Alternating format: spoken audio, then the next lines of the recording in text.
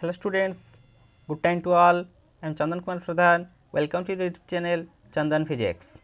In this video, we are going to discuss load line analysis of transistor as DC load line, Q point,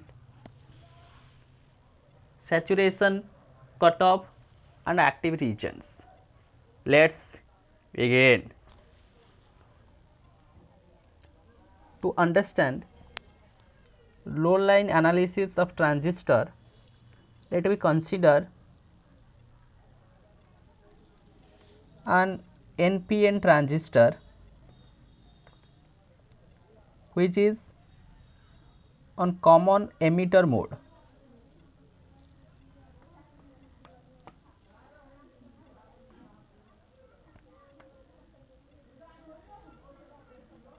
Common emitter, NPN transistor, emitter base collector.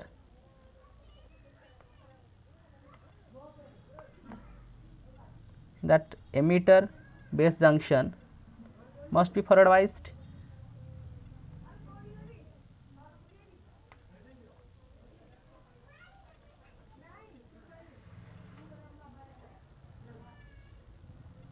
NP, P type is connected to positive terminal, N type is connected to negative terminal.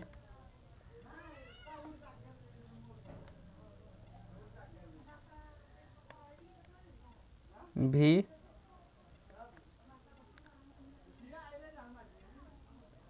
it is emitter base, we can write it as BB. Similarly, the output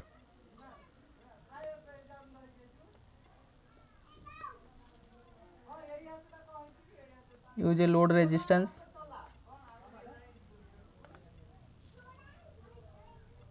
RL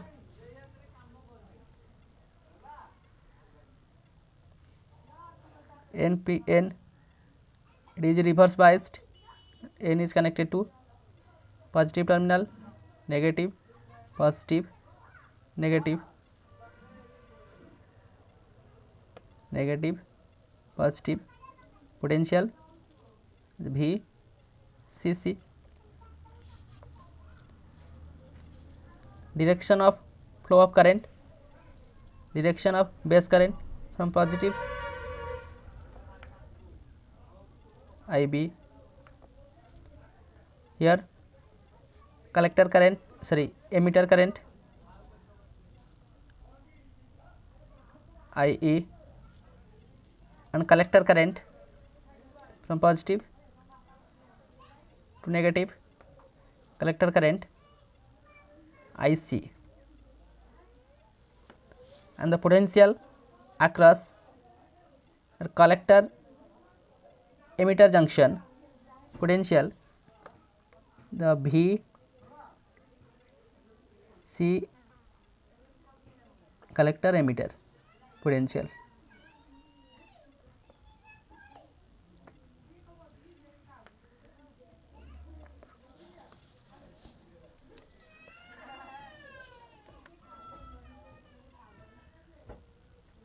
That is a common emitter NPN transistor, that to be DC operation.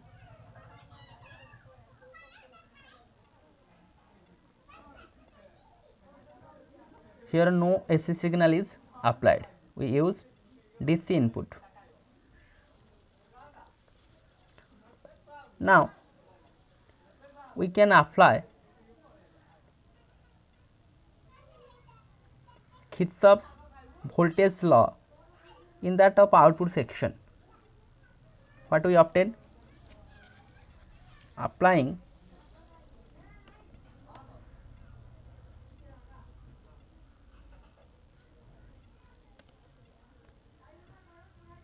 KVL in output,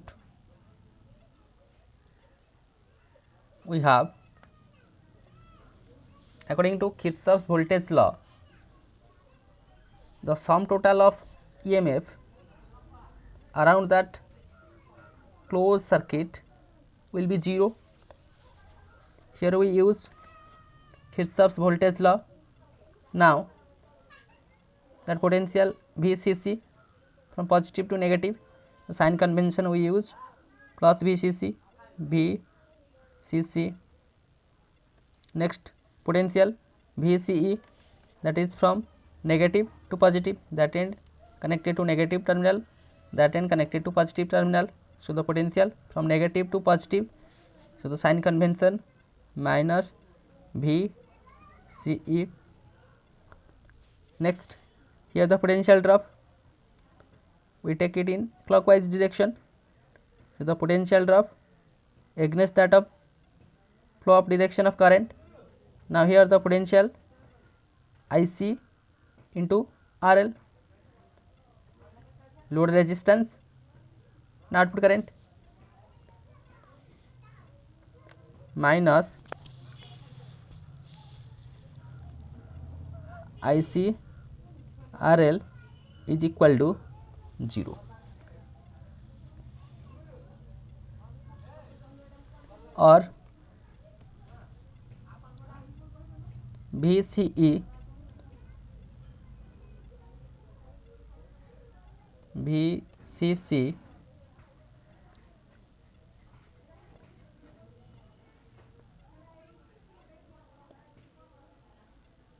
is equal to VCE plus IC RL, or VCE is equal to VCC minus IC RL. At equation number 1, look at that equation.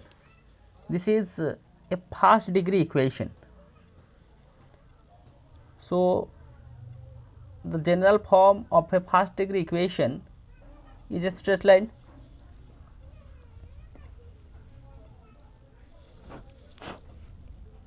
This is a first degree equation.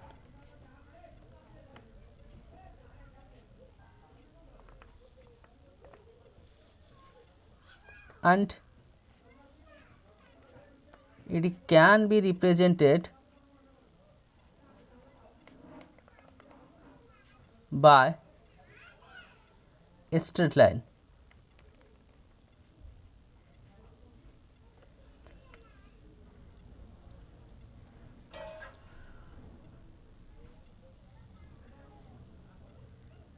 If we compare that equation to the general equation of a straight line as y is equal to mx plus c, where m is the slope and c is the y intercept, from that equation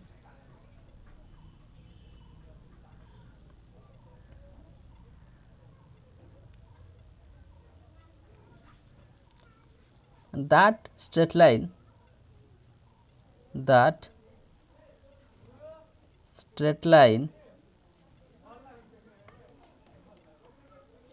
is drawn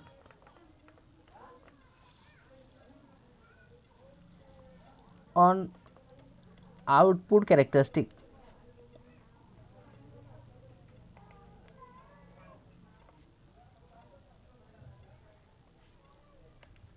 And it is called DC load line. DC load line. The straight line that is drawn on that of output characteristic, which is called as DC load line. What it say? If we plot a graph of output characteristic of that of common emitter NPN transistor, output characteristic, that is the graph between output current to output voltage taking as input current constant.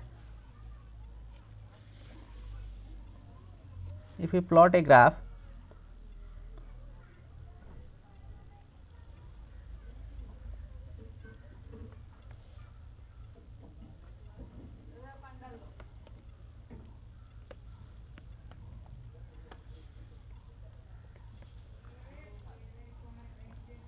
here voltage V, common emitter voltage in unit volt along x direction. IC, collector current in milliampere along y direction.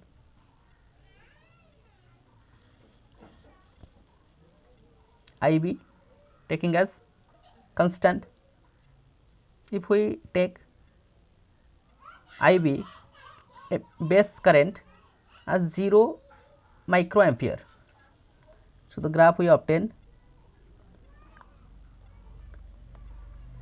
like this at 0 microampere. Next, taking IB as 10 microampere,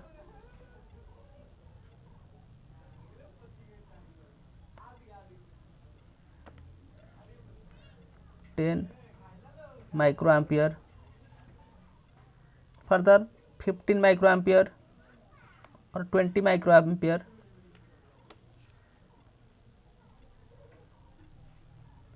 for 20 microampere, and so on it is continued.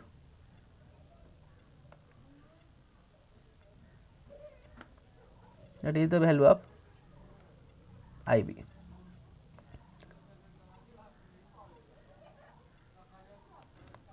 Let that value for the saturation value, means maximum value of base current.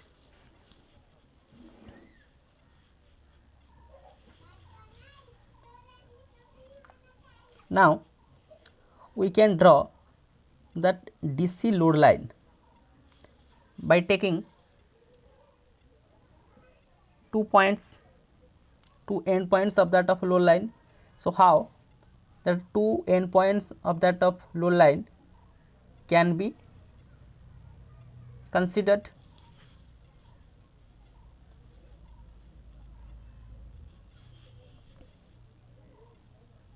When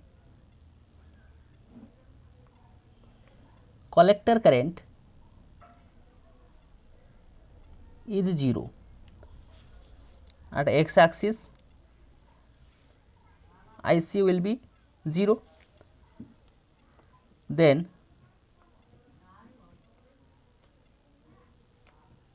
equation 1 becomes, putting IC as 0, VCE is equal to VCC.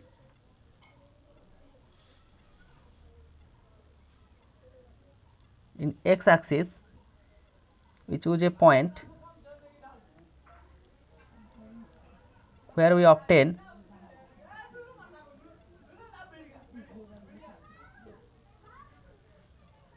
VCC.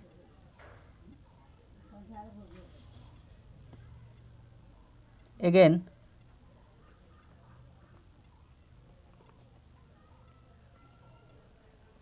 another point we obtain in y axis, the value of VCE will be 0. When VCE is 0, then putting that value 0 is equal to VCC minus ICRL, or ICRL is equal to VCC, then IC is equal to VCC by RL, that be the maximum collector current, that is the maximum collector current. A point here where it is maximum.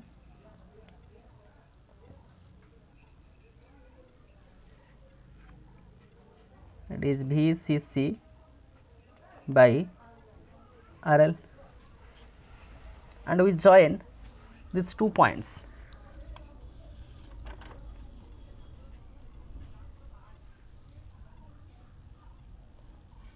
When we joining these 2 points,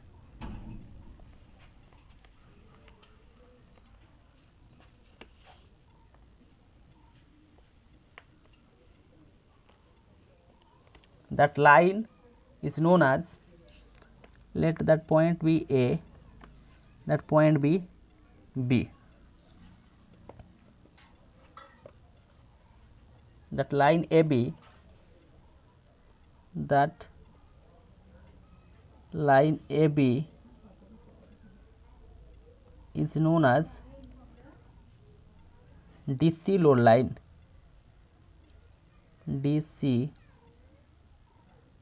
load line.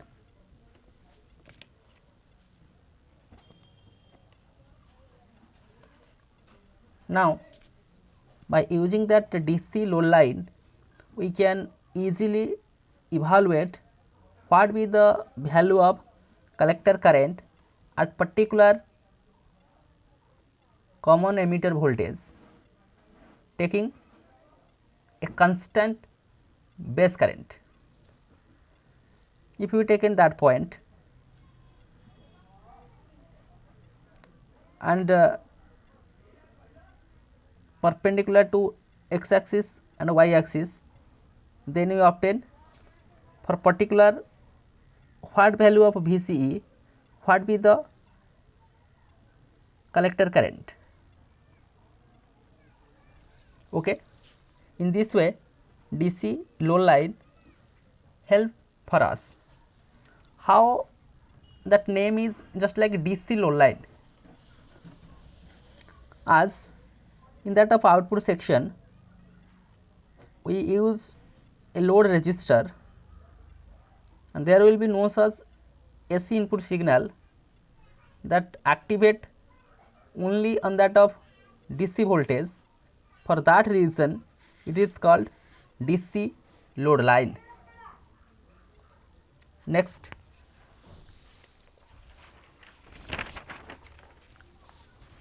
Q point. Q point is the point at which the DC load line intersects with the output characteristics.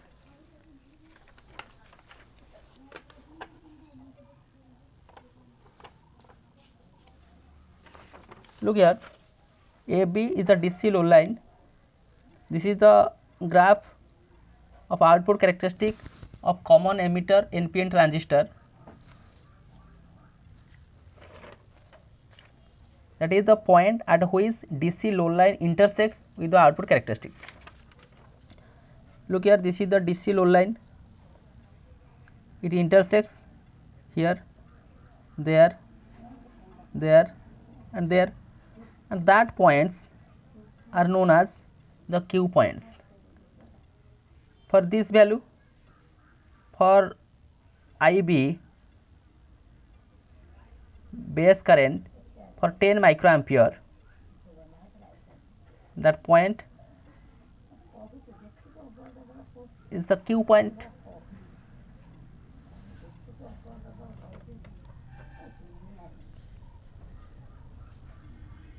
It is denoted by Q, and Q point is known as quiescent point,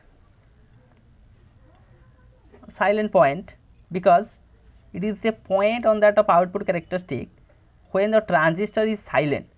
Silent in the sense, in the absence of signal.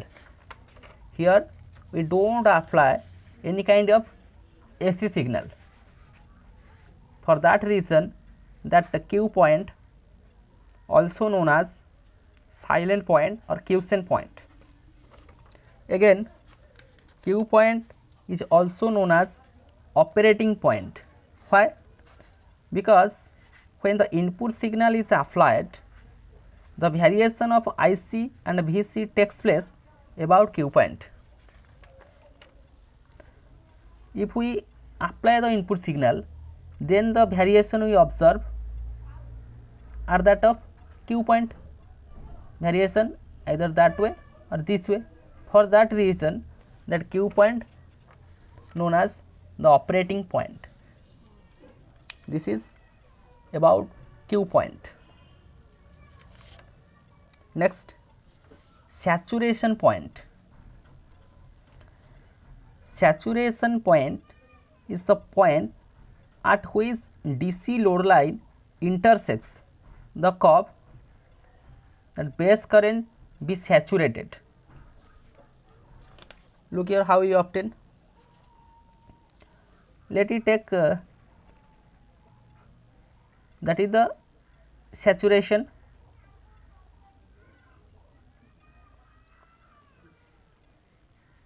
value of IB.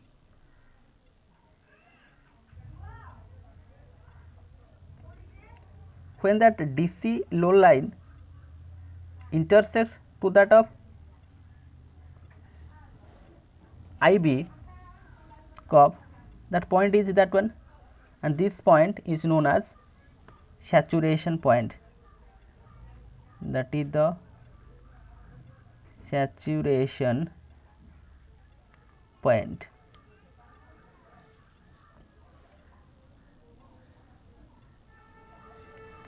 Here is the Q point. For that it will be the Q point. For this it will be the Q point. For 20 microampere that will be the Q point. And like that for that of saturation region, for IB for this value it will be the Q point. If IB be the saturation, then that point is known as the saturation point. So what happened in that of saturation point? Particularly that point when we obtained, the region between that of saturation line and IC axis is known as saturation region. Look here, that is the saturation line and that be the value of IC. So the region in between that saturation line and IC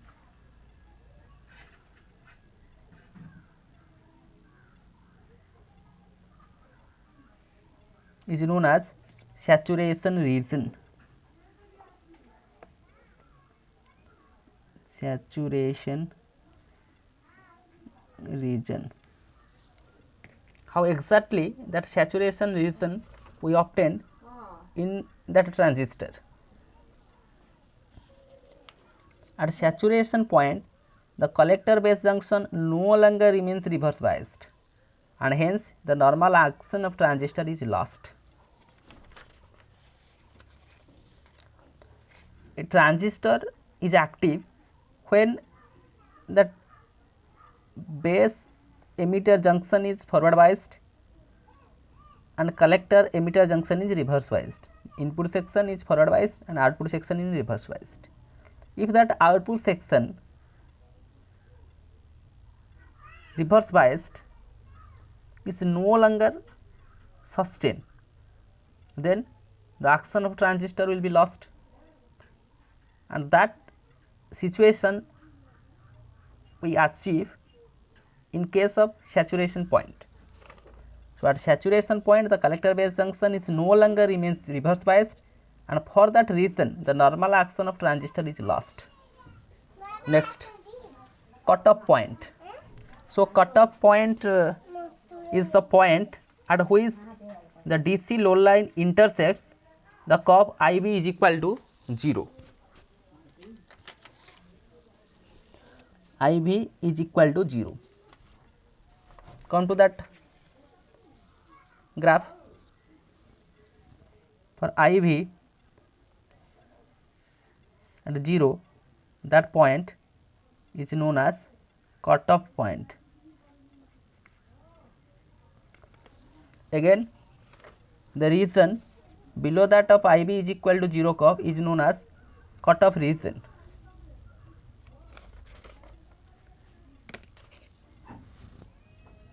Here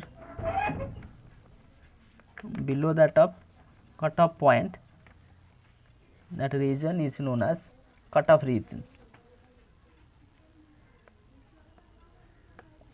cutoff region.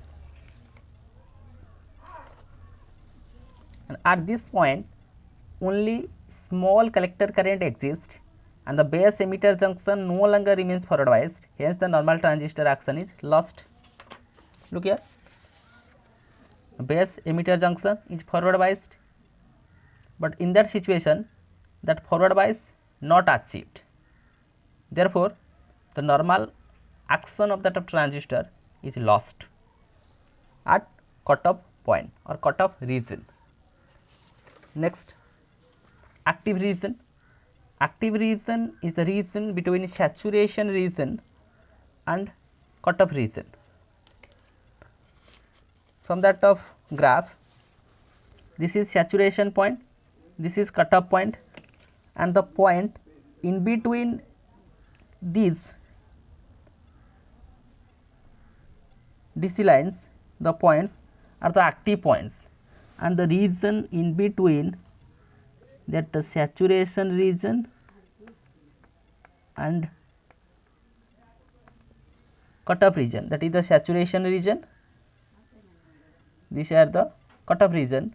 In between that, the region we obtain is the saturation region,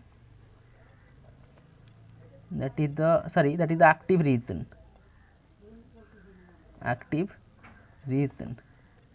In active region, generally transistor works.